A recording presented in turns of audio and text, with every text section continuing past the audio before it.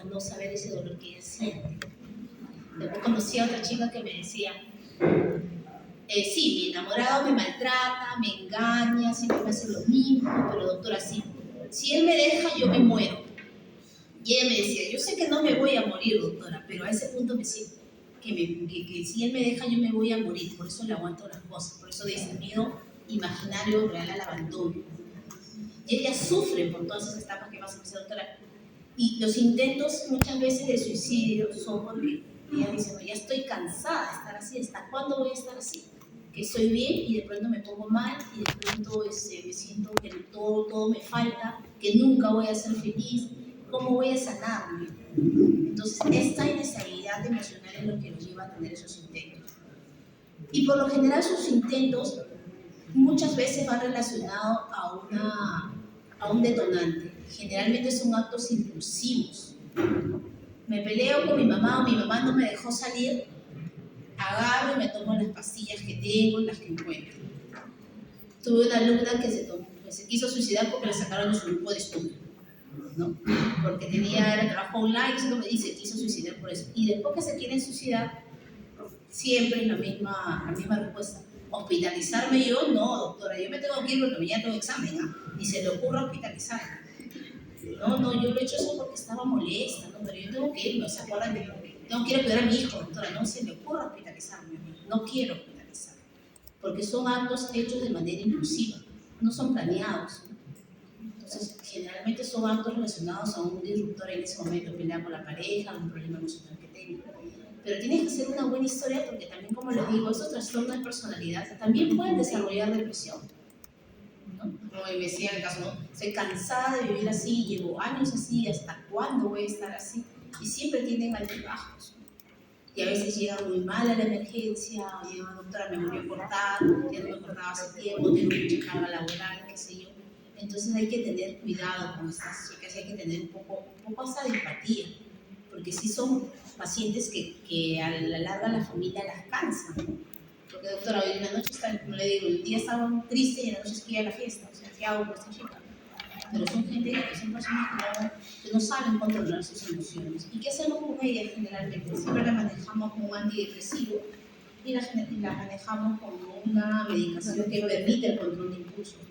Llámese cualquier psicótico o le damos algún anticonvulsivante que sea algo que logre para manejar la impulsividad. Y en otro momento que tengan esta ideación de querer tomar porque me peleé con quien sea, no lleguen a realizar el acto. Y también en ellas funciona muy bien el TCC, ¿no? La terapia cognitiva conductual. Y así se ve muy buena respuesta con el trastorno con la terapia cognitivo conductual en estas chicas. Dígame. Entonces, ¿qué es lo que está mal en realidad? Simplemente, o ¿qué es lo que pasa en esas personas? Simplemente las interconexiones neuronales, el desequilibrio de neurotransmisores, ¿por qué desarrollan? ¿Por qué se desarrolla eso? Todavía no lo sabemos. Como todas las enfermedades mentales, recién poco a poco vamos descubriendo algunas cosas, pero hay ciertas características que se ven, pero no son patológicas, ¿no? O sea, por ejemplo, vemos que muchas de estas señoritas han tenido historia de abuso, pero es algo que lo hemos visto, que lo vemos en las historias, pero no es algo que esté relatado como un criterio diagnóstico, ¿no? Dígame. La diferencia entre la terapia cognitivo-conductual y la terapia psicoconductual, ¿cuál sería?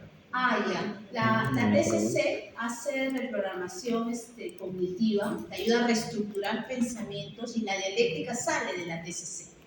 Nosotros decimos que la TCC es la madre de todas las terapias, ¿no? Porque es la única que tiene evidencia científica que sí ayuda a respuesta y mejora. Algunas bibliografías incluso dicen que muchos pacientes por TLP mejoran solo con terapia cognitivo-conductual.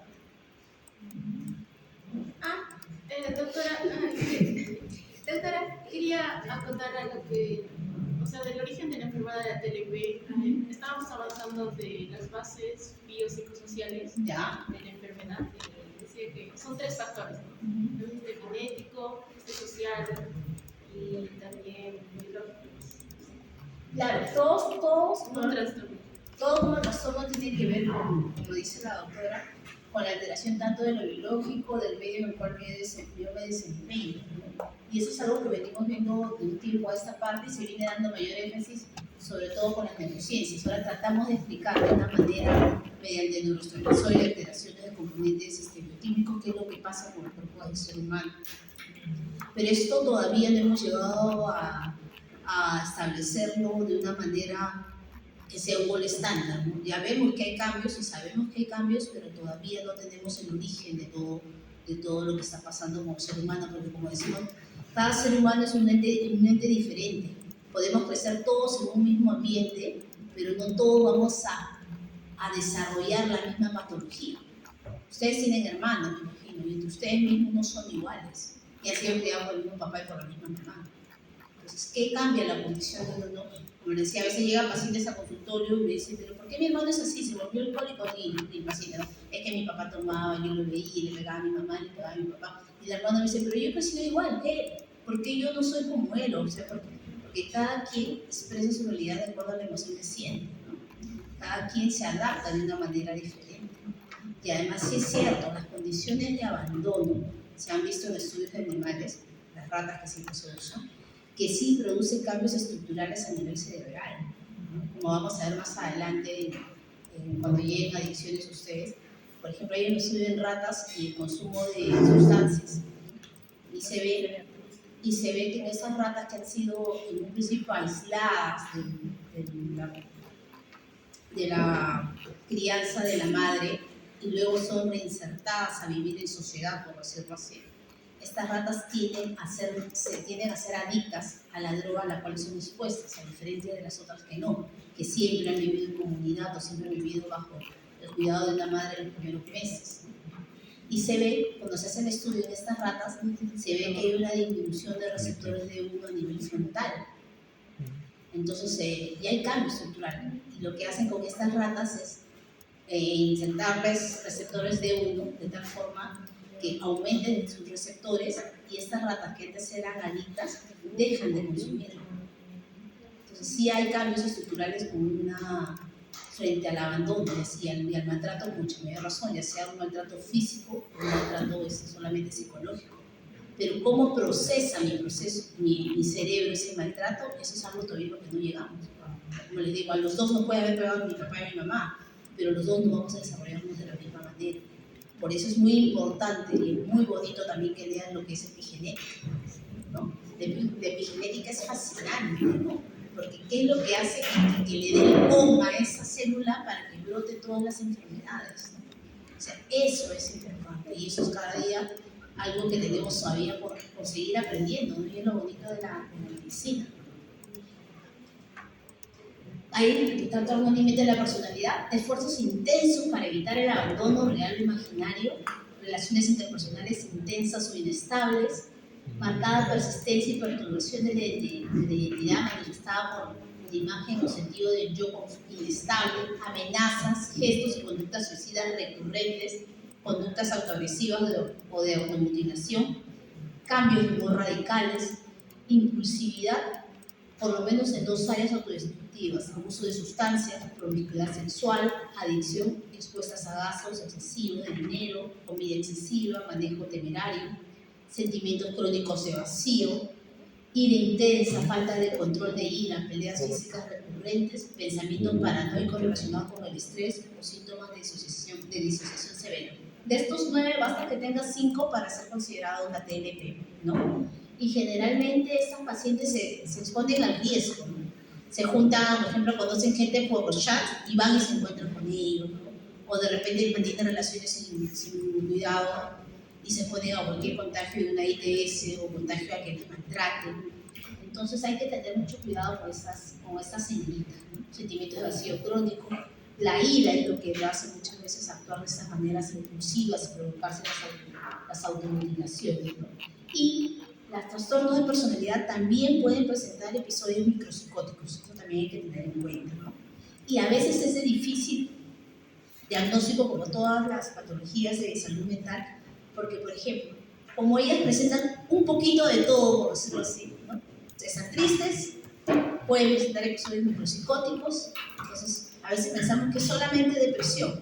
Y cuando le damos el tratamiento y decimos que se van limpiando, ya sabemos que tras el fondo tiene un trastorno límite de personalidad, sumado a su depresión.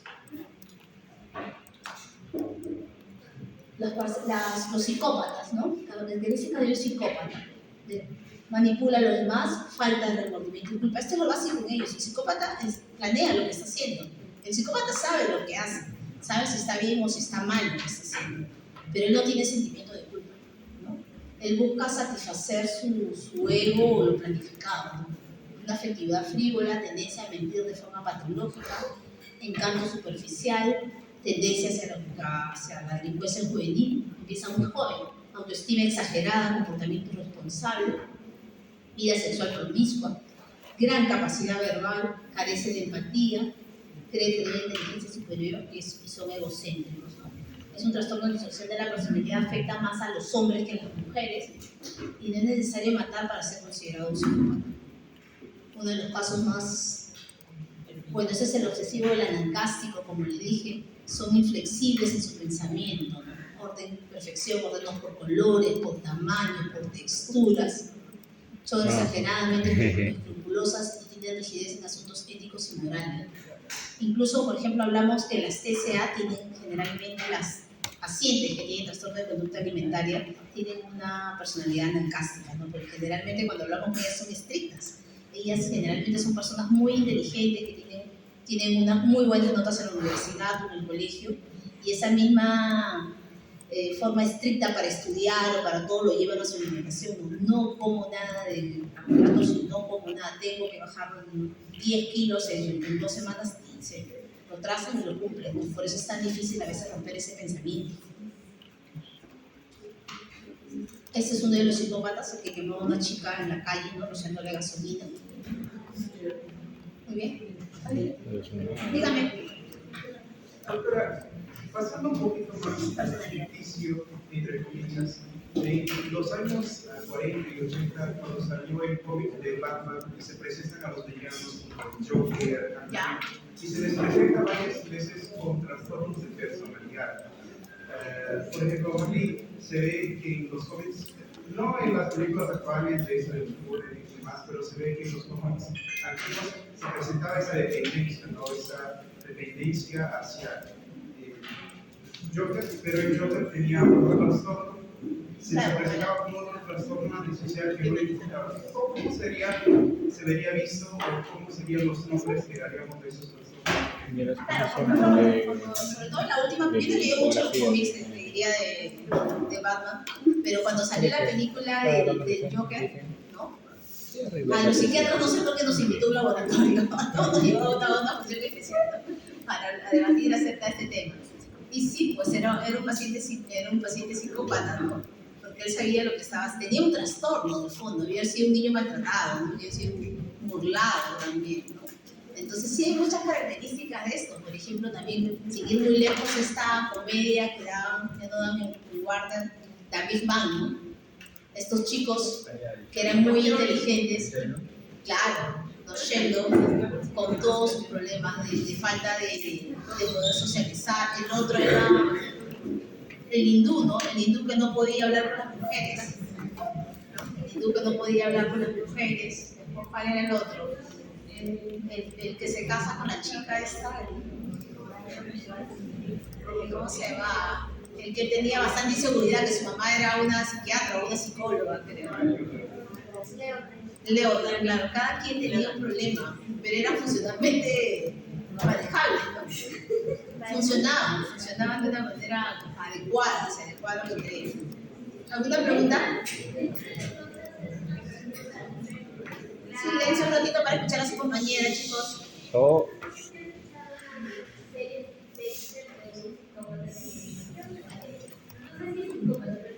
Dexter, no. ¿Quién es Dexter? No, ¿de qué trata Dexter? Eso sí no lo he visto. ¿De qué trata? ¿Es un asesino? ¿Un asesino en serie? Pero que mata a personas malas. O sea, mata a personas.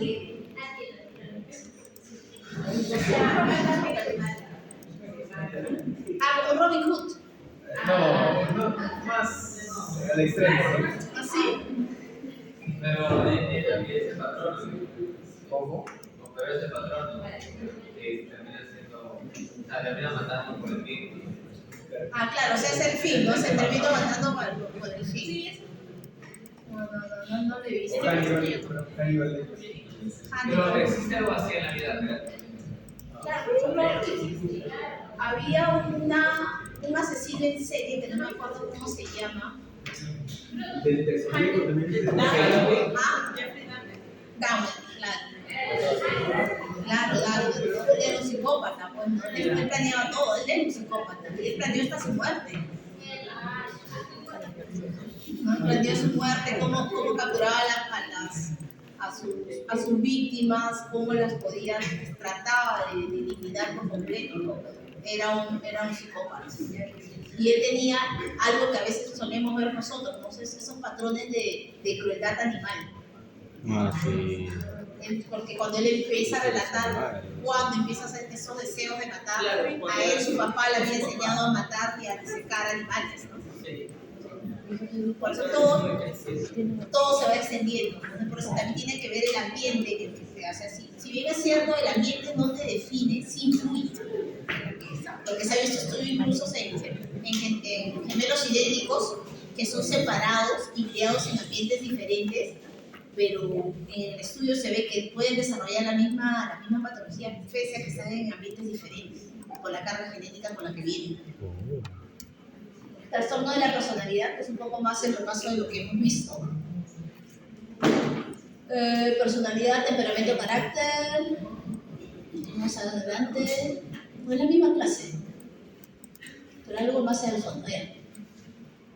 Ese es un poco un cuadro que vi acerca de un estacionamiento que me pareció un poco divertido, ¿no? Estacionamiento de los trastornos de personalidad, ¿no? El 1, ¿quién sería? Todos me atacan, ¿no? Todos están en contra mío. El 2, claro, es más grandote. El 3, dependiente, necesita otros pagos cercanos. El pasivo, agresivo es el 4, ¿no? No es el 4, está.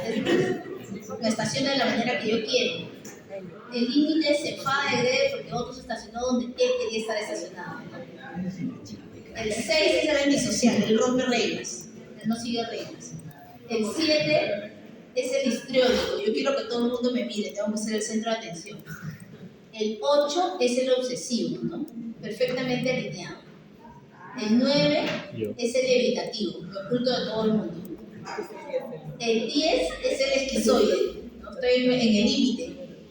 Y el 11 tiene un ovni, no tiene un carro. Entonces es un poco las características de una manera pintoresca para que entiendan cómo son los trastornos de personalidad. Lo del grupo A, como les he dicho, trastorno de personalidad paranoide. Me defiendo, me espían, me engañan, son hostiles, controladores. ¿Y cómo se trata de trastorno paranoide? Tienes que ser Si consciente. tienes muchos problemas, si te estás teniendo muchos problemas, se medican. Y todos igual, pues, ¿no? Con tratamiento antipsicótico. Todos llevan tratamiento antipsicótico. La terapéutica, probablemente una terapia, pobre o nula conciencia de enfermedad, como decía la doctora, se solicita tratamiento por síntomas comórbidos, experiencia con otros como una relación discontinua y prevención de la violencia. La familia generalmente los lleva, ¿no? Si tienen muchos problemas. Sí, yo he tenido un adolescente, pero él era un disocial más que nada, ¿no? 13, 14 años que consumía marihuana en el colegio, se escapaba. Y es difícil porque ¿qué haces con un adolescente que en consultorio le dice a su mamá, no quiero tomar la medicación y no lo voy a tomar? Y se pueden a pelear ahí, ¿no? Se dice, no quiero, no lo voy a tomar. Entonces son difíciles de manejar. Ella tiene que entrar la asistente social, ¿no? Incluso hasta la misma de mundo, ¿no? Porque todavía sigue siendo menor de edad. Esos son los esquizoides, los raros. La muestra ahí un ermitaño, él es feliz con su perrito. Reducción de las relaciones sociales y pocos amigos, reducción del deseo sexual y pocas actividades placenteras, indiferencia, la alabanza o la crítica, estilos de vida solitaria, más frecuente en hombres que en mujeres, comportamiento insensible, hace que sean poco atractivos para los demás y que continúen desvinculados, conciencia perceptiva disminuida, poco perceptivos socialmente, inactividad social, no solo llevan a cabo las actividades para su trabajo u obligaciones familiares. Trastorno esquizoide de la personalidad, según el DSM-5, Ni desea ni disfruta de las relaciones interpersonales, le da lo mismo. Escoge casi siempre actividades en solitario, tiene escaso o ningún interés en tener experiencias sexuales con otra persona, disfruta poco o ninguna actividad con otra persona, no tiene amigos muy cercanos, es indiferente a los halagos o críticas y tiene un aplanamiento afectivo. Terapéutica, psicoterapia, como dijeron los doctores, respeto a los límites del paciente y generalmente le damos antipsicóticos y terapias individuales y grupales, ¿no? Ese no se me ha pasado. Trastorno esquizotípico de la personalidad, igual, son ideas de referencia o ideas delirantes. ¿Qué es una idea delirante? ¿Qué es una idea delirante? Una idea loca, pues. Sale de la realidad. Una idea delirante es toda aquella idea la cual yo estoy plenamente convencido no es real y no te la voy a hacer cambiar. ¿Tú crees, por ejemplo, que los ovnis existen y yo te traigo evidencia, o que los marcianos existen y te digo, pero no hay evidencia científica, no hay tú dices, no, pero existen? Es muy diferente a una creencia. Nosotros, por idiosincrasia en nuestro país, tenemos múltiples creencias. En la selva creen en el tunche, ¿no es cierto? En la selva se cree en el tunche. ¿Qué más creen en la selva? En el chuyachaki, ¿sí o no? En el yanomama. Ajá. Entonces, en la sierra, en la sierra creen, por ejemplo, en el muki de la mina. Es su creencia. No es que sea un tema de idea de nada, sino es parte de su creencia. Eso no quiere decir que tenga un trastorno, simplemente es su creencia y se tiene que respetar. Algunos creen, por ejemplo, en que si el niño llora mucho hay que pasarle el huevo. O sea, o le pongo el brazalete rojo para que no le den mal de ojo. El periódico, doctora. En países he leído que sí lo usan. Por ejemplo, en Holanda creo que había un estudio acerca del huevo. En Holanda había un estudio del huevo, porque decían que es energía. Entonces, si los seres humanos somos energía, Placebo, y el huevo, hacer una célula, podría traer esa energía. Sí, eso estoy bien. Bien peculiar ese. En Holanda, en España, por ahí. Pero como siempre le digo yo a mis pacientes, uno tiene que respetar la creencia del paciente. Muchos pacientes me dicen, doctora, pero si me paso el cuy, pásate el cuy, sí, pero no me dejes de tomar tu medicina. Doctora, pero si me leo, lee de las cartas, ¿no? Doctora, ya voy a tomar esa pastilla, pero puedo tomar ashwagandha, puede ser. Ashwagandha.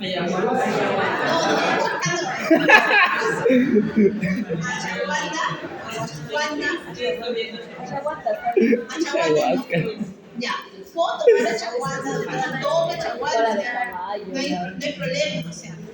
Mientras que no me dejes la medicación, toma lo que tú quieras, puedo tomar o lo que quieras, toma, ¿no? O sea, yo respeto lo que ellos quieran hacer, mientras que no interfiera con su medicación o mientras que no haya un estudio que realmente me diga que va a tener una interacción medicamentosa con lo que el paciente está tomando, ¿no? Porque últimamente hay esto, ¿no? La ashwagandha, la melena de león, ¿no? La melena de león y la ashwagandha es lo más nuevo para mí, ¿no? La de caballo, son cosas ya de mis abuelitos, pero esas son dos cosas que no conocía, no sé si son plantas nuevas, recién han salido, no sé, pero la gente cada vez más está tomando eso, ya uña de gato, lo de la ayahuasca sí, también hay, ahora cada vez toman más, no he visto tratamientos a domicilio, por acá en Chosica, ¿no? Sí, he leído. Sí, hay incluso tratamientos, te llevan al tratamiento a tu casa.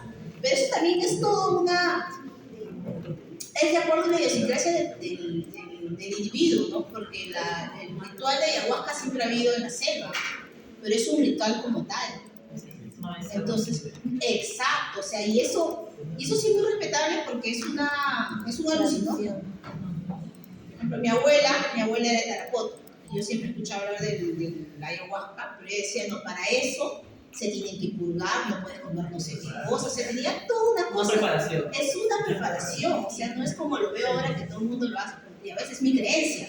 Yo creo lo que me decía mi abuelita, ¿no es cierto? Entonces, de ahí a que te lleve a tu vida pasada, posterior, anterior, eso sí no lo sé. pero yo creo que algún efecto surge porque es alucinógeno de todas maneras. Exacto.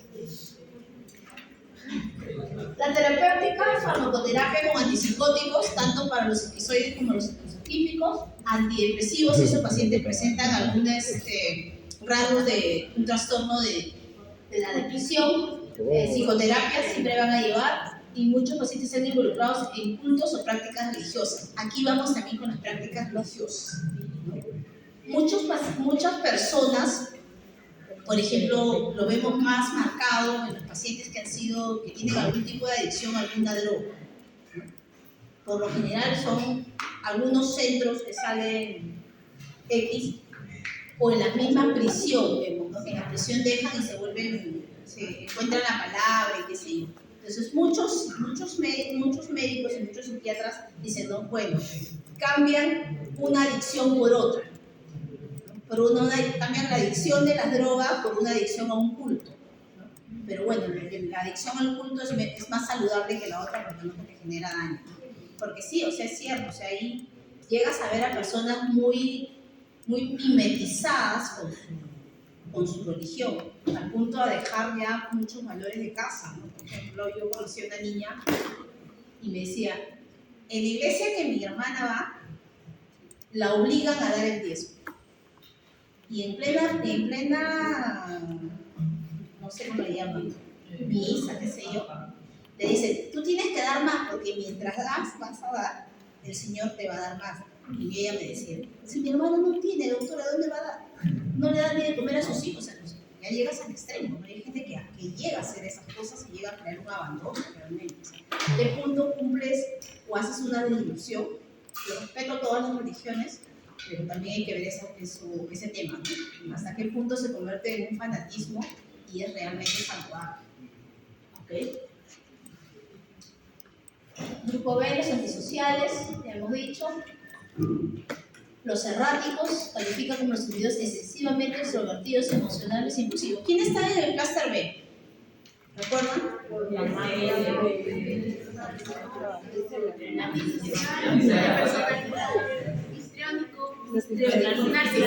Histriónico, narcisos, ¿no? Ahí se ha notado. ¿Perdón?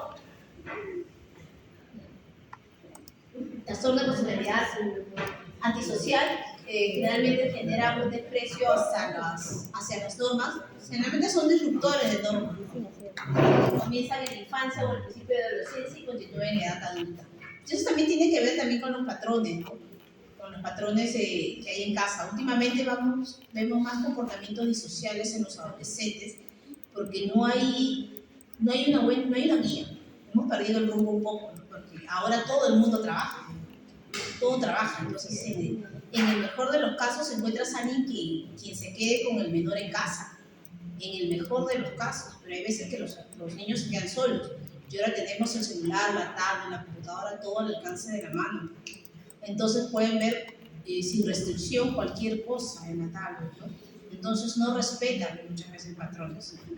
Por eso cuando muchas veces traen niños con problemas de conducta a consulta, ¿cómo le exigen que respete al profesor si en su casa no respeta a su papá? Entonces hay que tener en cuenta eso. No es que tenga un problema, no es que tenga un problema de TDAH, sino que es un problema de un niño que no ha tenido patrones de crianza. Entonces muchas veces la recomendación es eso, que los padres vayan a terapia, que aprendan a poner normas en casa, para que así el niño pueda respetar, porque si lo principal es su casa y no respeta, no le vas a pedir que respete a otra persona. Entonces hay que tener en consideración también lo que está pasando con nuestros adolescentes, con nuestros niños y con los adolescentes. Y esto es algo que cada vez lo vemos más y preocupa más a todos, ¿no? Por las conductas que tienen, vemos más adolescentes en suicidio, vemos más adolescentes en adicciones, y es un problema de que qué va a pasar con las próximas generaciones, qué es lo que va a pasar con lo que viene aquí en adelante, ¿no? Doctora, dígame. Consulta. Y por ejemplo, si es que atiendo a este niño en consulta con problemas de conducta, o sea, en la misma consulta que yo como médico tengo con esa comunicación con el paciente y todo ello, ¿yo podría aconsejar o simplemente yo llego hasta el punto de decir, ok, tiene que ir a terapia y ahí yo? Ya, por ejemplo, nosotros es un tema, nosotros como psiquiatras, como Los médicos en general, nosotros no aconsejamos. Cuando me piden a mí un consejo, yo no doy consejos. O sea, yo no vengo acá a darte consejos, no eres mi amigo, no eres mi vecino. No, eso no le digo, ¿no? Simplemente digo, yo acá no doy consejos. Yo doy indicaciones y doy recomendaciones. Te recomiendo que vayas a terapia. ¿Tú quieres ir o no? Ese es el tema. Yo te estoy recomendando. Porque si yo te doy un consejo, vas a decir, ay, no, que el doctor me aconsejó, ¿no? Él me aconsejó, y no somos amigos, o sea, está bien, tenemos que tener una relación médico-paciente, pero no podemos tener ese rasgo de familiaridad, porque si no el paciente confunde las cosas. Entonces, siempre tienes que guardar una distancia con tu paciente, con la mejor relación médico-paciente que tú puedas tener. Y me dice, doctora, pero denme un consejo, ¿dejo a mi esposo o no? Claro, vamos también por ese tema. ¿Dejo a mi esposo o no lo dejo? O sea, es una decisión que tú tienes que tomar.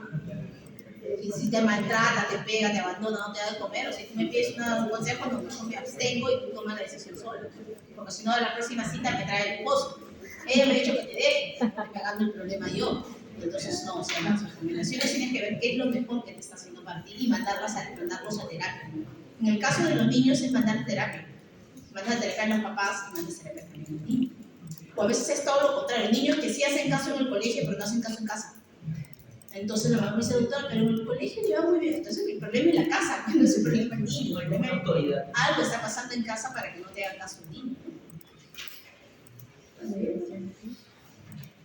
Personalidad antisocial, ya hemos visto, aquellos que discuten las normas.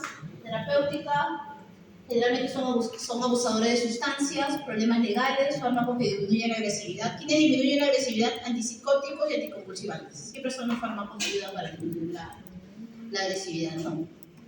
Si tiene algún otro problema de personalidad o comorbilidad, de acuerdo a lo que presente, se le va a dar la medicación. Los límites de la personalidad, porque son personas que sufren mucho, ¿no? Que están acostumbradas a autolesionarse, presentan lesiones, ven las maneras de poder acabar con el dolor, ver la forma de sentirse mejor. Por lo tanto, a veces se dice que las TLP siempre hacen match con los psicópatas, ¿no? Por mala suerte siempre hacen match con los psicópatas, porque ellas en busca de sentirme que alguien me quiere, que alguien me valora, sentirme cómoda, generalmente enganchan con psicópatas y al final la relación termina peor. Eso es algo que hemos visto nosotros. Pacientes que generalmente tienen ese sentimiento de abandono, ese sentimiento de soledad que me hace buscar siempre la compañía de alguien. Entonces hay que tener mucho cuidado y hay que respetarlas porque ellas sufren. O sea, realmente a veces cuando yo veo, ay, me cansé, sí, pero si usted está cansada, señora, ¿no? ¿Quién es su hija? Que no sabe cómo va a amanecer el día de mañana. Tienen que hacer mucha psicoterapia y llevar medicación. Y esa medicación siempre le pedimos que sea bajo supervisión. Porque en un momento de ira o de cólera o de descontrol pueden tomarse la medicación también y llegar a la Bien, las pacientes se sitúan en la frontera entre la neurosis y la psicosis, las TLP, inestabilidad extrema que afecta el estado de ánimo, el comportamiento y las relaciones del objeto y de la autoimagen, sentimientos crónicos de vacío, actos impulsivos, episodios psicóticos breves, exigen relaciones extraordinarias, se automutilan, intentos suicidas y manipuladores.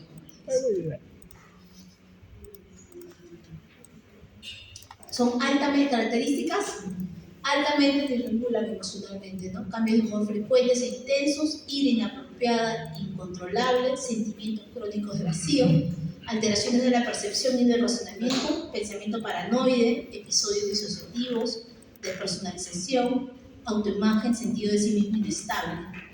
En cuanto a la impulsividad, se hacen autolesiones, tienen problemas de alimentación, también muchas de ellas, conductas imprudentes, intentos suicidas. En cuanto a las relaciones interpersonales, son intensas e inestables, tienen pensamiento dicotómico, ¿no? O eres mi amiga o eres mi enemigo, ¿no? O me apoyas o estás en contra mía. Generalmente es así, no hay puntos medios para ellos, ¿no? Esfuerzo frenético para evitar un abandono real o imaginario. Sus relaciones son interpersonales e inestables, y así como pueden idealizar a su pareja, también de un momento a otro la pueden tirar por el piso, ¿no? O sea, hoy día no te quiero dejar, estoy perdidamente enamorada de ti, y de pronto ya mañana ya no te quiero. O sea, ese punto de inestabilidad llegan a tener estas chicas. Bueno, esos son las 6, los 9, tienen que ser 5 5 de 9 para que ellos completen el diagnóstico de DLP, que lo van a encontrar en el DSM-5. En ella que manejamos IRS, ¿no? Que son inhibidores selectivos de recaptación de serotonina, antipsicóticos atípicos también, ¿no? Como quetiapina, risperidona, manejamos con ella para el control de impulsos. Algunas veces valproato, y siempre que se usa valproato, a hablar sobre todo en las jóvenes de edad fértil, que tienen que tener cuidado porque el valproato es teratogénico. Ambulatorio, las internamos en algunos casos cuando su intento ha sido muy grave, por ejemplo, ¿no? Yo recuerdo que me llegó una chica con DLP que se había querido ahorcar con un cable de luz, pero la mamá la conocía también, una chica ya que tenía 23 años, y llegó al hospital, digo yo, de casualidad, porque no sé de qué distrito me habían traído, y la mamá apenas me dijo, solo espero que usted llegue para que firmar mi retiro voluntario. Yo me la llevo, me dijo. Yo la conozco, tiene su psiquiatra particular, y yo me la quiero ir. No, contra eso no pasa nada. No puede hacer nada, pida su retiro voluntario, se la llevo. Terapia cognitivo-conductual o terapia dialéctico-conductual, como dijo la doctora. Doctora, ¿y la terapia con ellos, o sea, con este tipo de trastornos, es igual que como para la esquizofrenia, así de por vida, o es No, es un tiempo. temporal? Es un tiempo, porque ellos tienen que comenzar a reconocer cuáles son las emociones gatillantes y reconocer su emoción. Si realmente es ira, es cólera o es tristeza. Reconocer la emoción y reestructurar el pensamiento que están teniendo, ¿no? De repente, la doctora me está mirando así porque no le gusta mi chanita. Entonces seguro me odia, ¿no? Entonces yo comienzo, es mi percepción. Entonces ellos tienen que reestructurar pensamientos. De repente me está mirando de repente mamá. Entonces tienen que empezar a aprender eso y a poder un poco manejar la situación. Histriónico, como lo hemos dicho, siempre quieren ser el centro de la atención. Es un patrón que empieza al principio de la edad adulta y se da en diversos contextos, ¿no? Ya hemos dicho, no es que Gisela sea histriónica, no lo sé, no soy su médico, pero tiene muchas características, ¿no? Bien, esas son las características según DSM-5. Muy bien, tratamiento, igual, habilidades alternas, reorientación cognitiva, siempre reestructuración cognitiva, entrenamiento de empatía, terapia de integración, psicofármacos, hay muchos problemas con ellas. Los narcisistas, que siempre buscan llamar la atención, generalmente ellos no buscan ayuda, ¿no? Quienes generalmente los llevan son las familias cuando se viene un problema. A este obsesivo compulsivo, del que hablaba, ¿no? Él tenía que tomar licor para poder hablar con una chica, ¿no? Tendencia general a temer y evitar las interacciones sociales. Patrón estable de timidez extrema, sentimientos inadecuados y sensibilidad al rechazo. ¿Cómo se llama? Rashburn. El nivel de deterioro asociado es alto, rasgo de infancia e inhibición de comportamiento, niños tímidos, incontenidos en situaciones novedosas, baja autoestima, alta sensibilidad al rechazo, aislamiento, probabilidad con trastornos depresivos y ansiedad. Hay que también tener en cuenta que muchos de esos a veces los confundimos y lo que pasa es que los niños no tienen habilidades sociales. Por lo que hemos conversado, no sé si con ustedes la vez pasada, de que ahora los niños todo lo hacen a través de un móvil, ¿no? De una tablet. Entonces, cuando los encierran sin tablet o sin móvil, no saben qué van a hacer. Es como los memes que salieron cuando España se quedó sin luz. No sabían qué iban a hacer. Algo similar pasa con nuestros niños de ahora. O sea, están desconectados de tú a tú, de poder conversar, de poder socializar. Entonces, a veces llegan y me dicen, quiero que mi niño es autista. Porque no juega, no es que no juegue, y en casa que hace, es que se queda con la tabla, o sea, no tiene habilidad social para conversar con la otra persona. Entonces prefiere estar, no es que sea autista, sino que le falta habilidad social. Lo que se ganaba antes con el día a día cuando iban al colegio, hacían otro tipo de actividades que les permitía la interacción, que ahora por la seguridad o por las múltiples ocupaciones no se puede hacer, ¿no? Esa es la conducta por evitación que hemos estado nombrando. Desarrollo de confianza, terapia de TCC. Como hemos visto, la terapia de TCC casi está en todo porque es la madre de todas las terapias, ¿no? Desarrollar habilidades sociales. Trastorno de personalidad por dependencia. Me llamó mucho esta propaganda que era de los años no sé cuantitos. No guía una buena esposa, no arregla para mantener al marido feliz. Lavar una buena sartén, ¿no? O sea, eso ahora sería ofensivo poner eso, ¿no? Ya más de una feminista saldría a llamarnos la atención por eso. Pero esa, como hemos ido evolucionando como sociedad, Es una necesidad general y excesiva de que se ocupen de uno, que ocasiona un comportamiento de sumisión y adhesión, temores de separación. Necesito que haga un reforzamiento acerca de lo que yo hago, ¿no? O sea, está bien, necesito que valides que lo que yo hago esté bien para poder tomar una decisión. Personalidad por dependencia, dependencia patológica, incapacidad para tomar decisiones propias, sumisión, necesidad de seguridad, incapaz de estar solo y tolerar el abuso, ¿no? Como yo necesito que me valides, puedo tolerar el abuso que haces hacia mí, por tal que tú me digas sí, está bien. Dependencia, temperamento biológico, apego inseguro, mensajes sutiles versus independencia, lealtad hacia los padres, buscan cuidadores para evitar la ansiedad, ¿no?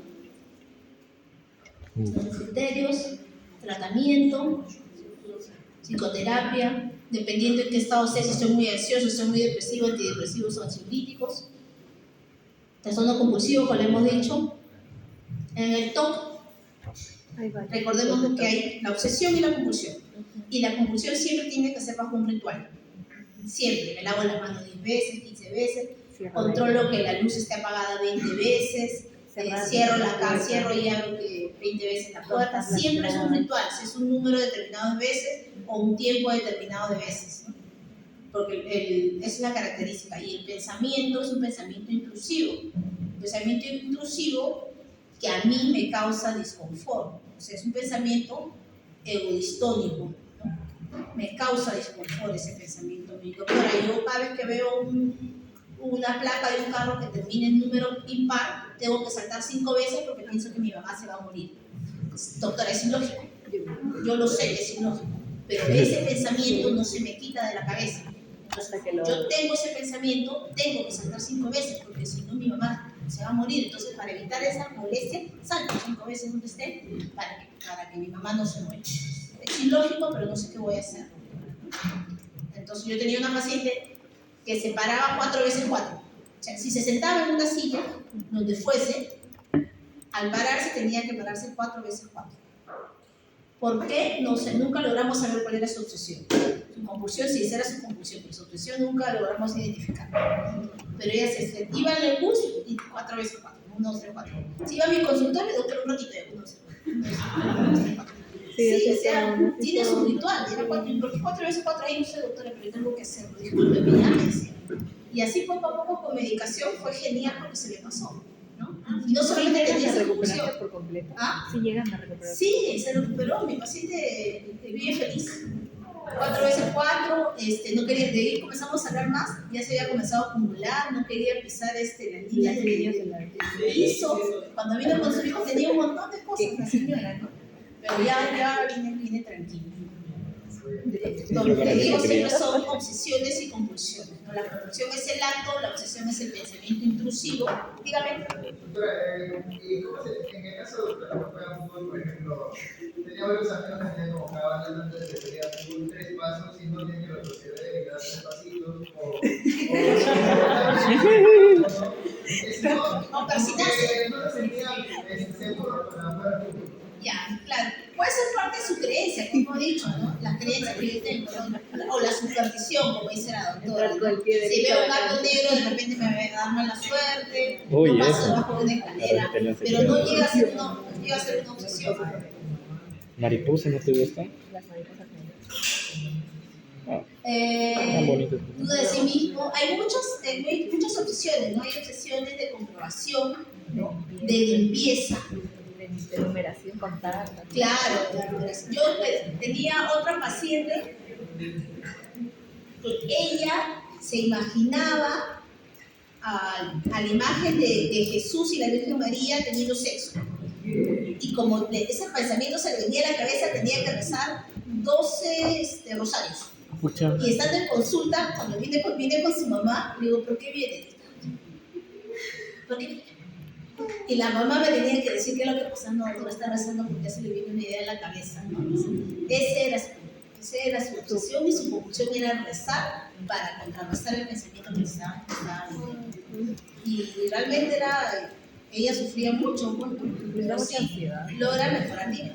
Doctora, o sea, también contaría como parte de estos ejemplos que usted mencionó, por ejemplo, si es que de la nada también ocurre un pensamiento, no sé, de qué pasaría si es que eso de, no sé, me pongo en el ejemplo de que algo se me cae y muero de esta forma y se me corta tal parte del brazo, o qué pasaría si es que me impulso hacia adelante y muero, o sea, no como algo suicida, sino como algo, ¿qué pasaría si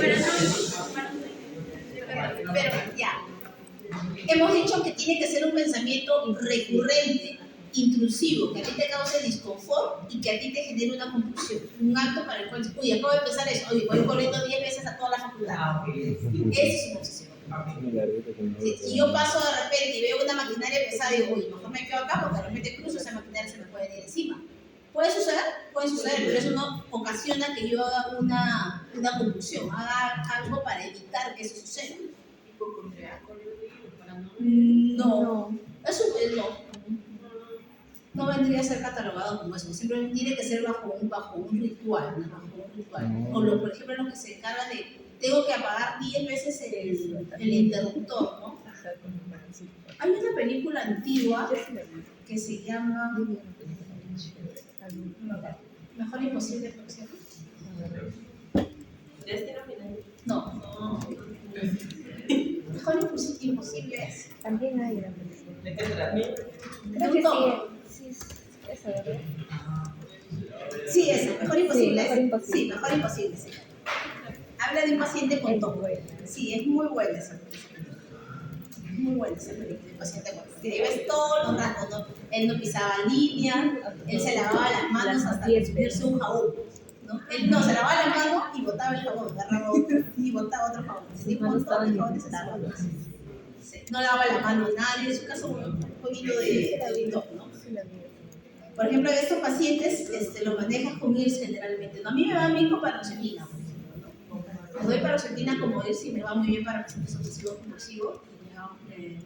Manejan muy bien su. ¿Ese es el de elección? A mí le puedes dar cualquier IRS, pero yo tengo muy buena experiencia con paroxetina. Yo doy paroxetina y me va muy bien, ¿no? Para manejo de obsesiones y compulsiones. ¿Y cuándo sé cuándo le debo de dejar de dar? Cuando el paciente ya no tiene el problema, ¿no? O sea, el tratamiento siempre mínimo es un año.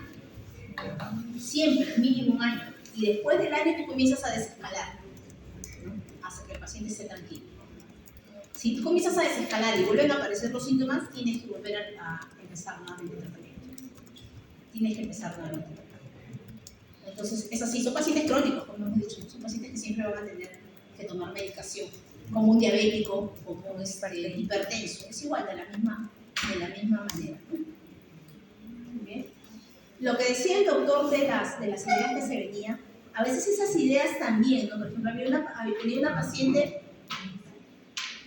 que cuando llegó a hospitalizarse pensábamos que era una paciente que tenía esquizofrenia, pensábamos, porque la paciente decía, doctora, ingresa por intento de suicidio, porque había envenenado, se había tomado algo, y decía, cuando conversas con ella, dice que ella se sentía muy mal porque le olían mal los pies. Entonces, y como le olían mal los pies, ella decía que sus amigos donde ella trabajaba, en el lugar donde ella trabajaba, se reían de ella porque le olían mal los pies. Pero conversando con ella, ¿no? Esa era una idea que ella tenía en su cabeza. Era una idea sintónica que ella tenía. ¿Por qué? Porque ella tenía hiperhidrosis. Eso sí era cierto, tenía hiperhidrosis. Pero había desarrollado la idea de que ese sudor, sobre todo en sus pies, generaba un mal olor. Y cuando seguíamos conversando con ella, dijimos, es una parecer psicótica, porque no es por la conducta que tiene esta depresión. Ella había tenido ya mucho antes de su hospitalización la idea de que cuando ella salía a la calle tenía que comprobar que estaba vestida. Entonces ella dice que le preguntaba a su entorno, ¿me he puesto ropa? Porque si no, ella tenía la idea de que estaba saliendo a la calle desnuda. Y también tenía su toque de comprobación, ¿no? Ella tenía que cerrar la puerta 10 veces, ¿no? Entonces no era realmente una obsesión compulsiva. Sí, porque a veces, como te digo, te llega con un síntoma y tú te prendes de ese síntoma y si te quedas con eso y no indagas más, no te das cuenta que tiene de trasfondo el paciente. Entonces al final no era una obsesión compulsiva. Claro, era un paciente que no tenía esquizofrenia, sino era un paciente que tenía un trastorno obsesivo. También nos ha pasado con pacientes que, por ejemplo, a veces llegan, y teníamos un caso de una paciente que llegó con trastorno la habían referido de otro hospital por un trastorno de conducta alimentaria. La paciente no comía. No comía nada. Entonces, es un trastorno de conducta alimentaria, bajó de peso, no quiere comer. Y cuando llegó al hospital, la paciente no comía y no hablaba, solo escribía. Y sería, bueno, estará psicótica, pues no habla, realmente psicótica. Y después cuando conversábamos con ella, era un trastorno obsesivo, porque ella había desarrollado la idea de que en uno de sus cumpleaños, en su último cumpleaños, ella dice que uno de sus amigos le echó un líquido a la bebida que ingería y que eso le había creado una enfermedad estomacal, lo cual los médicos no podían ver. Ya le habían hecho endoscopía, colonoscopia, le habían hecho todo, pero ella decía que entonces por eso ella no comía, porque si iba a comer, le iba a dar la molestia, ¿no? Le dimos igual, ¿no? Digamos, le dimos el tratamiento y su viejito bien y se fue tranquila a su casa. No es que no comía porque quería bajar de peso, no comía porque tenía esa idea en la cabeza de que le iba a pasar algo mal. También tenía un toxicólogo. Te dieron para Sí, te puedes dar cualquier IRS general. En hospital puedes dar cualquier IRS y comienzas a subir a dosis altas, ¿no? Eso también es una característica de los residuos compulsivos, por ejemplo, en los pacientes con TEA, ¿no? Por algún motivo los TEA también tienden a ordenar las cosas por colores, por tamaño, por textura. Criterios para el diagnóstico, tratamiento, trastorno de personalidad, algo más serio que esto, la otra.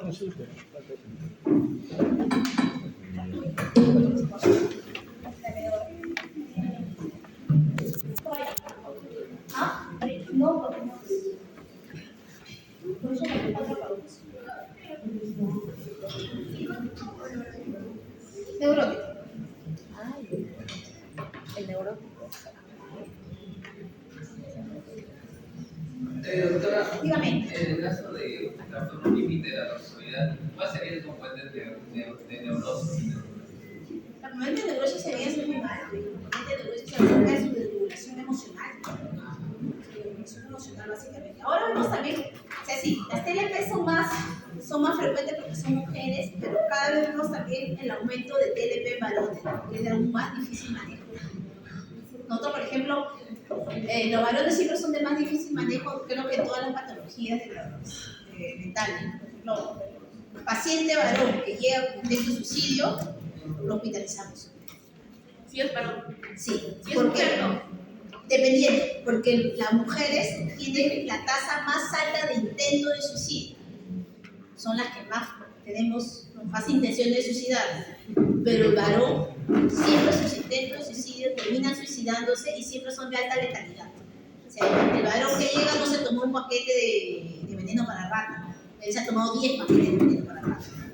Entonces, ellos son de alta letalidad, porque ellos sí se logran quitar la vida, ¿no? Por eso, si es varón, generalmente ya es varón, sabes que hospitalizar, ¿no? Porque son más difícil manejo. Síndrome neurótico es un término que cada vez usamos menos, es un término más que nada antiguo, el síndrome neurótico, porque no se hablaba de neuroticismo, se hablaba de neuroticismo sobre todo en mujeres, las mujeres eran neuróticas, ¿no? Era un término que se usaba antiguamente. Generalidades, vamos a hablar siempre que todo problema, toda enfermedad tiene un signo, ¿no? Y un síntoma, ¿no? Síntoma es lo que me dice que siente el paciente, el signo es lo que yo veo y ambos vamos a formar un síndrome. Y el síndrome va a formar parte de algún tipo de patología, ¿no? Me indica que algún síndrome febril puede ser una infección, puede ser una reacción inflamatoria, qué sé yo. ¿Okay? Signo de Russell. ¿Qué me indica ese signo?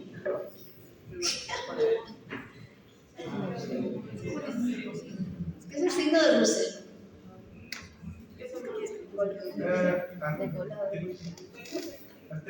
No.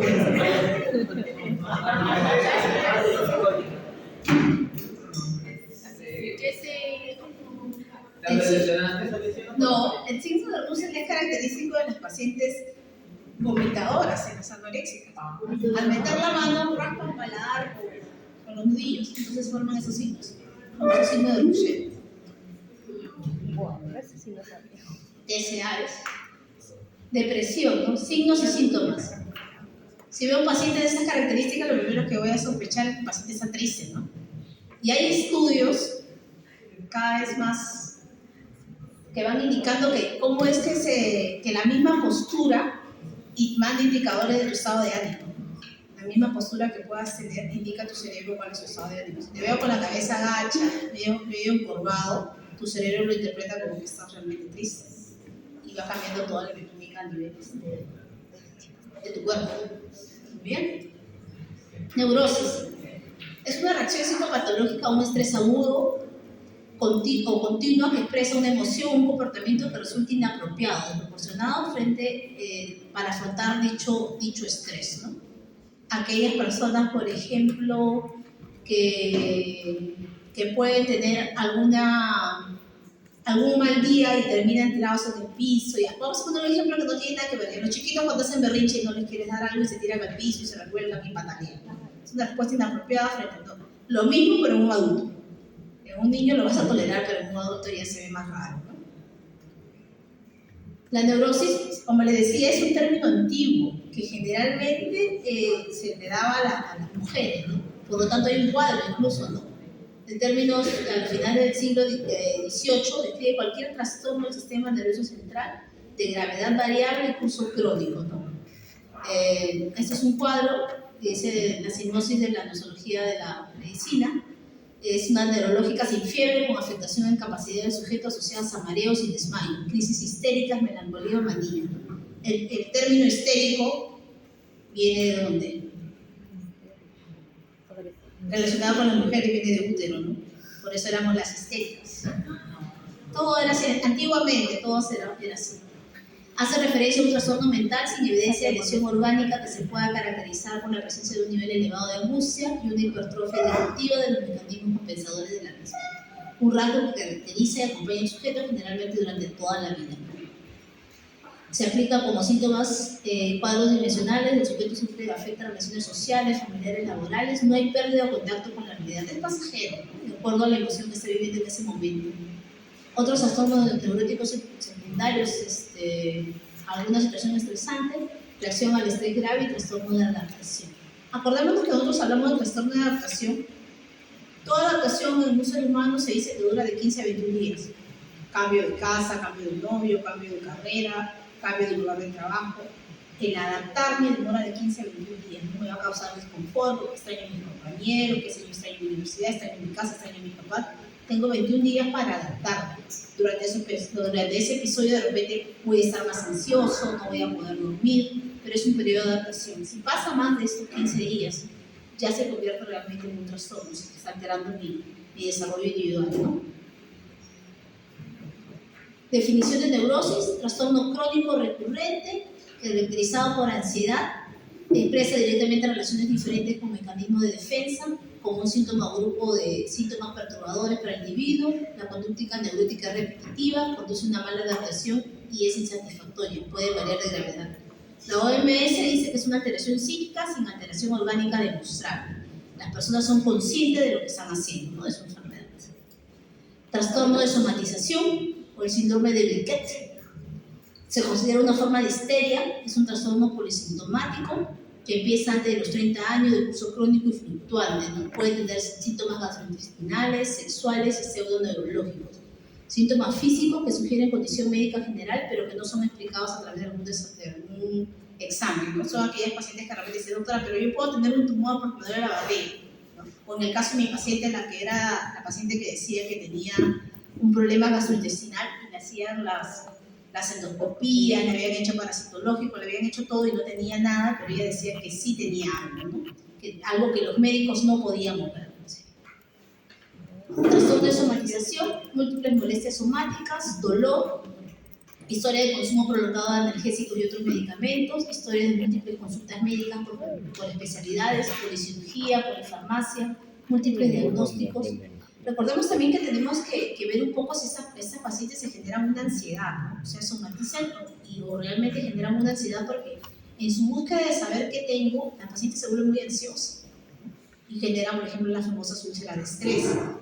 Porque si estoy constantemente, ya sea dolorido, puedo estar secretando, ¿no? Entonces puede generar úlceras por estrés. O puedo generar también un colon irritable, no puedo pasar de la diarrea a la constipación. Son cosas que también suceden.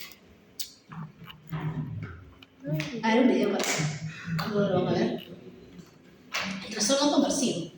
El conversivo son generalmente las pacientes, porque son mujeres, por una limitación involuntaria de la función motora. Generalmente son las que se desmayan o las que convulsionan y luego te cuentan la convulsión, ¿no? Me desmayé, mira, yo estaba tirada en el piso, mi mamá vino, mi papá, no sé, me recogieron. O sea, ya sabemos que eso no es una convulsión, porque para ver una convulsión tiene que haber pérdida de conciencia. Muy bien. Etiología biológica, psicológica, psicodinámica. Las personas no están conscientes de producir voluntaria de los síntomas, simulación no compatible con los mecanismos físicos. Incidencia y prevalencia del 10% son ingresados en el hospital y 5 a 15% de todos los pacientes ambulatorios. Edad, fase temprana de la vida adulta, más frecuente en mujeres, ¿no? Los trastornos conversivos. Hay una noticia fuerte, ¿no? Como en las novelas, ¿no? Antiguamente le da una noticia fuerte y terminaba desmayada la protagonista de un trastorno conversivo. Síntomas generalmente son pseudoconvulsiones, inconsciencia, debilidad muscular en el cuerpo, movimientos rotatorios, lesión de lengua y lesiones raras, trastornos sensoriales, ceguera, sordera, inconsistencia con el examen neurológico, reflejos normales, ¿no? Iniciados o exacerbados por una situación estresora, se da generalmente en público, relación temporal clara entre síntoma y estrés a la emoción, diagnóstico por exclusión o descarte.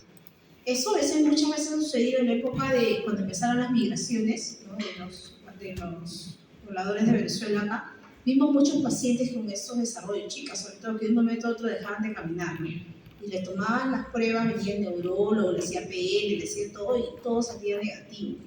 Entonces era realmente un trastorno conversivo frente a una situación estresante. Era gente que había venido caminando no sé cuántos meses, así dejando todo. Entonces llegar a un sitio nuevo, no tener familiares, no tener un trabajo estable para poder sustentarse, no solo a ella, sino a la familia también, ¿no? Se vio, sobre todo en los primeros años de migración. Simulación. Son pacientes que simulan algún tipo de dolencia o malestar bajo una ganancia secundaria, ¿no? Por ejemplo, los delincuentes, cuando por ejemplo, son apresados, muchos de ellos se cortan. ¿Por qué se cortan? Porque prefieren ir al hospital. En un hospital es más fácil escaparse que si te llevan arrestado de una cárcel, ¿no? O simulan algún tipo de malestar. Por ejemplo, a veces también tenemos pacientes que llegan a la emergencia porque están recluidos o están consignados a esos centros de rehabilitación que realmente no tienen permiso para funcionar como tal. Cuando los tienen ahí, los tienen hacinados, ¿no?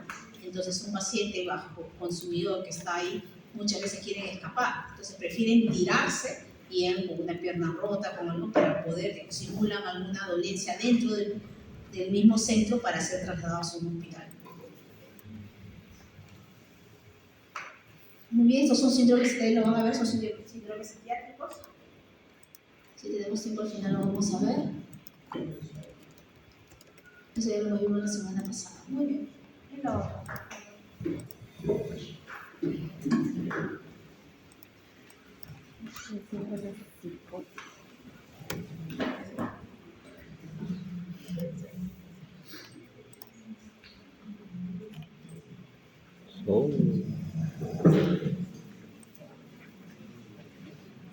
¿Cómo se llama? ¿Cómo se llama el doctor? Síndrome psicótico. Recordemos que no toda psicosis es esquizofrenia, pero sí toda esquizofrenia es psicosis. ¿Sí?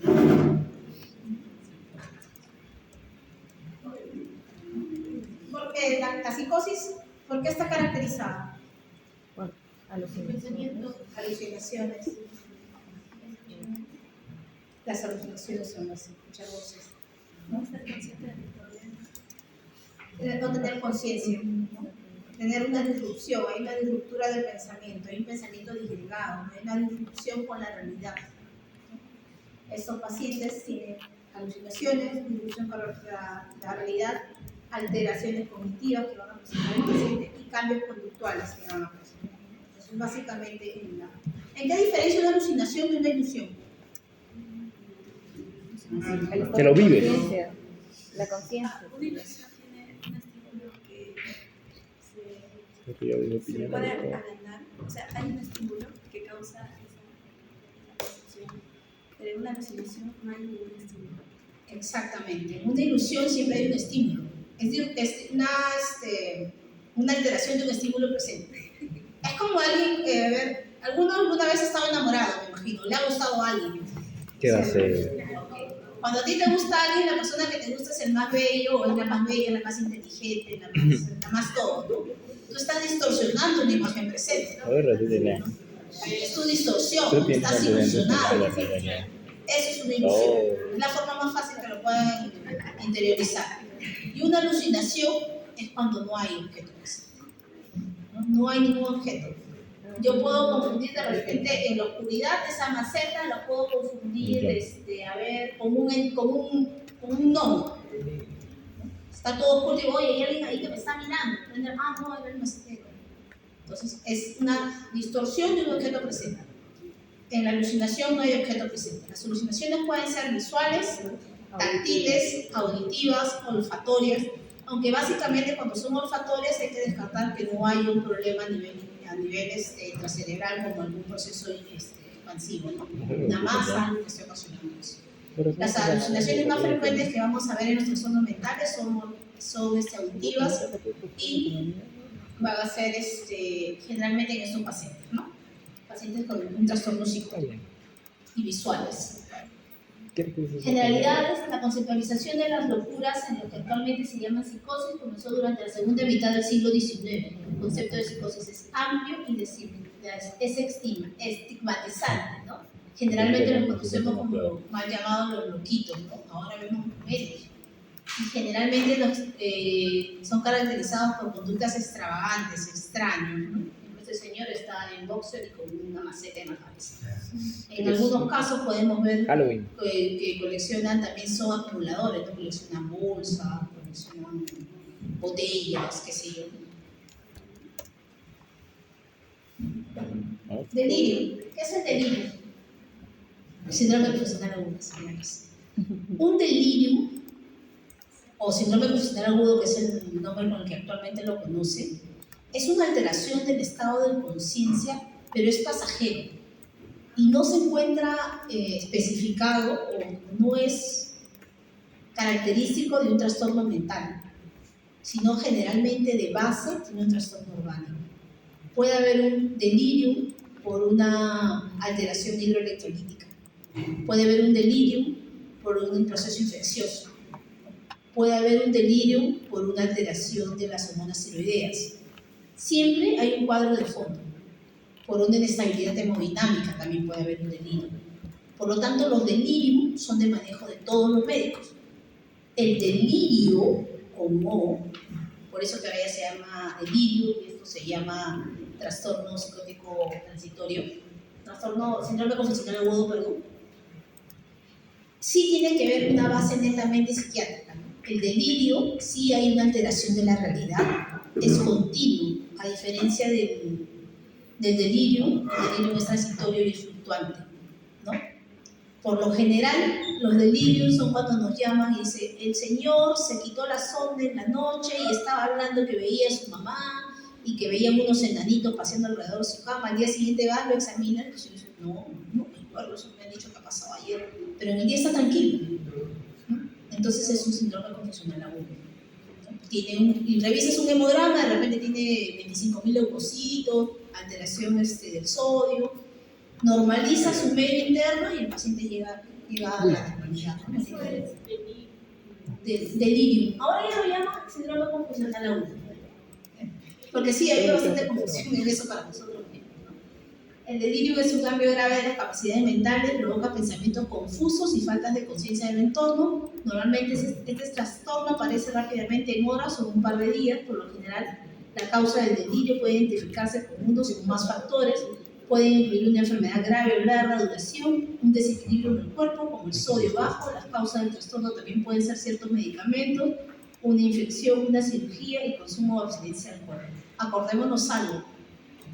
El uso también de corticoides o el uso de algunos antitusígenos también produce cambios en los estados de las personas. Hay alteraciones de conciencia por el uso de dextrometorfano y también hay alteraciones de conciencia por el uso de corticoides. El síndrome psicótico, ¿no?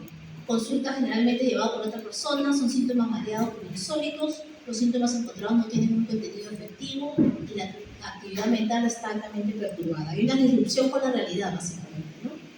El síndrome psicótico, la psicosis es un trastorno psicológico, hay una desorganización con los otros sistemas, su hablar es poco coherente, generalmente estos pacientes no tienen conciencia de enfermedad, ¿no? Sintomatología básica, ruptura del sistema de la realidad, trastorno del pensamiento, pseudopercepciones, desorganización del comportamiento, aislamiento y generalmente hay una regresión en su estado del paciente. No tienden a aislarse, tienen a tener conductas desconfiadas, ¿no? Pierden la capacidad de, generalmente se tornan irritables, desconfiados, no duermen, es una característica de ellos, ¿no? Las noches se la pasan caminando. Esos son los criterios diagnósticos. Las causas, algunos hablan de déficit de vitamina B12 y en algunos estudios que, si bien es cierto, no se curan, pero hay algunos estudios que dicen que mejora cierta sintomatología de estos pacientes, ¿no? Acordémonos que los pacientes con esquizofrenia presentan síntomas positivos y síntomas negativos. ¿Cuáles son los síntomas positivos? ¿Ah? Pero acá está. Síntomas positivos, ¿cuáles son? A los años.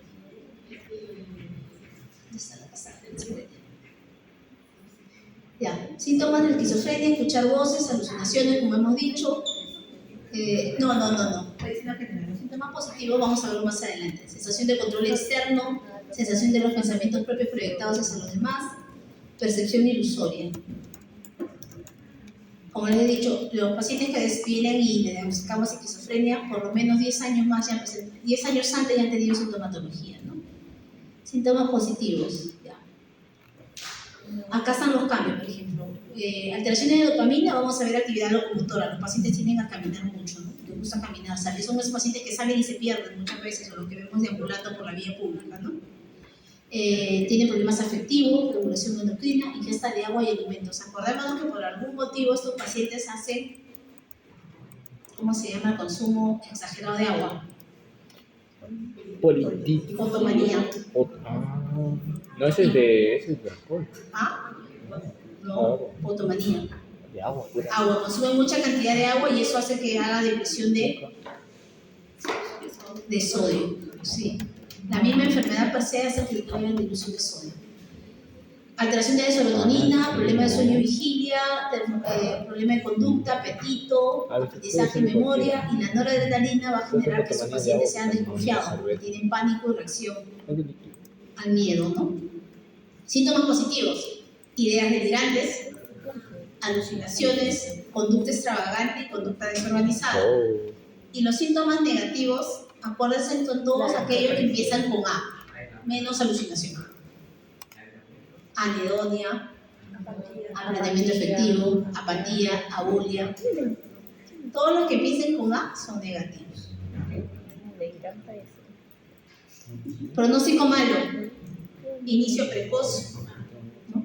Demasiado jóvenes, cuando no tengan factores precipitantes, pobre funcionamiento previo, se habla de que sean solteros, historia familiar de esquizofrenia, pobre soporte social, síntomas negativos y síntomas neurológicos, historia de trauma perinatal, no haya remisión de sintomatología en 3 años, haya tenido mucha agresividad y tenga muchas recaídas. Buen pronóstico, que sea mujer.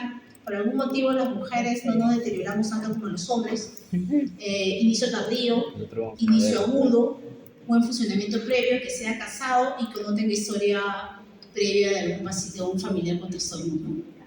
¿Bien? ¿Qué significa inicio tardío? ¿Desde qué? Ya, la edad promedio que se desarrolla es inicio de jóvenes, generalmente de 16 a 21 años se desarrolla el esquizofrenia, para hombres y mujeres, ¿no? Antes de esto ya es un mal pronóstico. Síntomas de ilusiones, alucinaciones, lenguaje desorganizado, comportamiento desorganizado y síntomas negativos. Acá están las claves del DSM-5. Esta es una obra de un pintor que se fue deteriorando, le dio esquizofrenia y vimos cómo cambió su cuadro a raíz de todo el desarrollo de la enfermedad, ¿no? Empezó el cuadro con esos gatitos y terminó con esa mancha que está a un lado. Muy bien. Trastorno psicótico breve, y recuerda la duración. ¿Con qué tratamos esto? Con los antipsicóticos. Antipsicóticos y TCS. Y sí, antipsicóticos básicamente. Dos cosas que les quería recordar. Recordemos que la paroxetina es un inhibidor selectivo de recaptación de serotonina. Muy bien. ¿Qué más les quería recordar? No me acuerdo. Las fijas. ¿Perdón? Las fijas. A ver. Algo que no les había dicho acerca del metilfenidato es que incrementa la acción de dopamina y noradrenalina. Ya, eso sí lo tenía que decir. Muy bien. ¿Preguntas, dudas? ¿Preguntas, dudas? Esta pregunta Por eso se les he dicho. Si han estado atentos a la clase anterior, yo les dije, esto es importante, esto es importante, esto es importante. Así que ya les dije la semana pasada. Sí,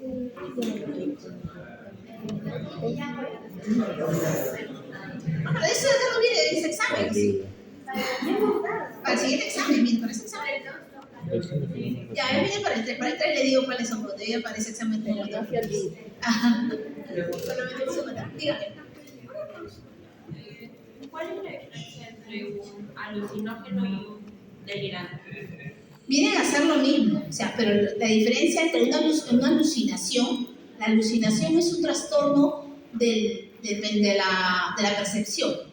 No, me refería a un agente con un fármaco o sustancia que genere alucinación y otro que genere, o sea, que es un delirante, ya que, bueno, yo he visto que es delirante, pero no entendía tal cual que era. Fármaco que uno sea delirante y el otro sea... Ajá, por ejemplo, que en anestesiología que tenía un efecto como un efecto adverso delirante. Que te dé ideas fuera de la realidad. Y las ideas, o sea, los delirios, acordémonos de eso también, son trastornos del pensamiento. ¿Ya? Delirios son trastornos del pensamiento.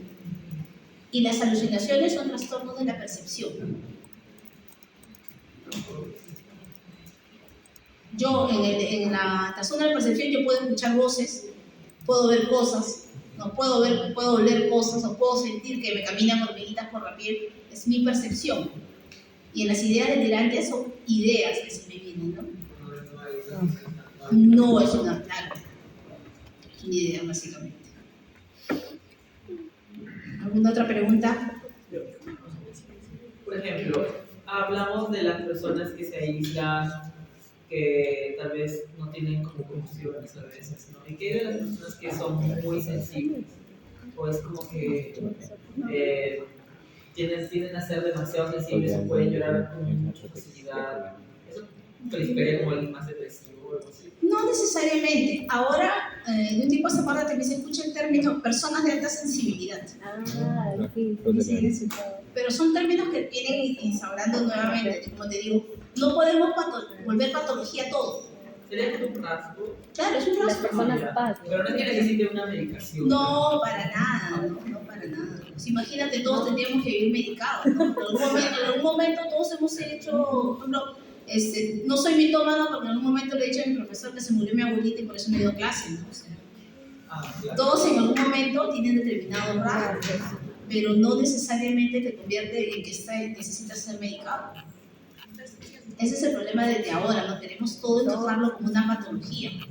Entonces no es una patología, es un rasgo simplemente. No porque yo me aísle quiere decir que soy autista. Simplemente, de repente tengo pocas habilidades sociales y me cuesta comunicarme con mi entorno. O simplemente disfruto del momento de estar solo. Entonces hay que entender eso, o sea que no podemos volver patología todo. Hay rasgos, sí. Algunos van a ser más histriónicos que otros, también. Algunos van a ser más extrovertidos que otros, también. Pero eso no quiere decir que tenga un trastorno. Eso tenemos que tenerlo claro. Si no, pues, viviríamos felices medicándonos de todo. En algún momento, como les digo, todos hemos estado tristes, pero eso no quiere decir que me llevó a la depresión. Como les digo, si ya es un hecho que transgrede mis actividades diarias, ahí es un trastorno. Yo puedo llorar un día y de repente no quiero salir de mi casa porque, no sé, me pasó algo feo, que para mí es feo, y me siento muy mal y ese día no me levanto de mi cama, no quiero comer, no duermo, no me baño, no hago nada. Pero a los 2 días estoy yendo a trabajar normal. Pero si ese problema ya deja de que yo ya no me quiera bañar unas 2 semanas, no quiera comer 3 semanas, no quiero salir de mi cuarto, y eso ya es un problema. Y transgrede mi facilidad de poder trabajar, ya es un problema para mí. ¿Se entendió todo o no se entendió nada? Espero que se haya quedado menos lo más importante, ¿no? Muy bien. ¿Qué esperan que les diga? ¿Que se vayan?